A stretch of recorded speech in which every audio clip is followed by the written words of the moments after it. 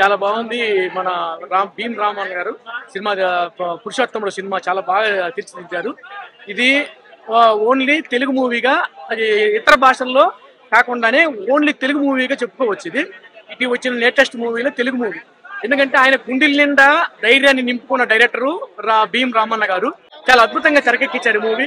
చాలా అద్భుతమైన క్యారెక్టర్ బ్రహ్మానందం గారు, ప్రకాష్ రాజ్ గారు, రమ్యకృష్ణ గారు చాలా పెద్ద వాళ్ళతోటి పెద్ద కాస్టింగ్ తోటి హ్యాండిల్ చేశారు మూవీ.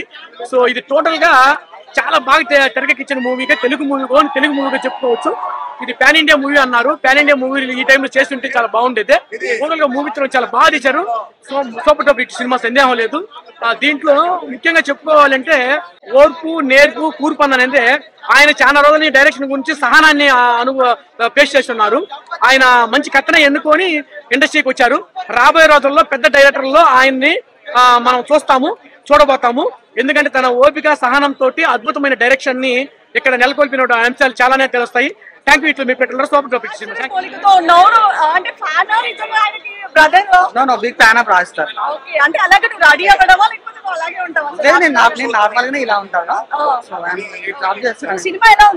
సినిమా అయితే టూ గుడ్, వెరీ గుడ్, బాగుంది, చాలా బాగుంది. సినిమా అయితే చాలా మస్తు అనిపిస్తుంది. మనసుకు ప్రశాంతంగా 2.5 hours మంచిగా హ్యాపీగా అనిపించింది. ప్రతి ఒక్కటి ఏంటంటే కామెడీ ఉంది, కామెడీ టైమింగ్ ఉంది, సీన్స్ పెద్ద పెద్ద సీన్స్ ఉన్నాయి అండ్ సెంటిమెంట్ ఉంది.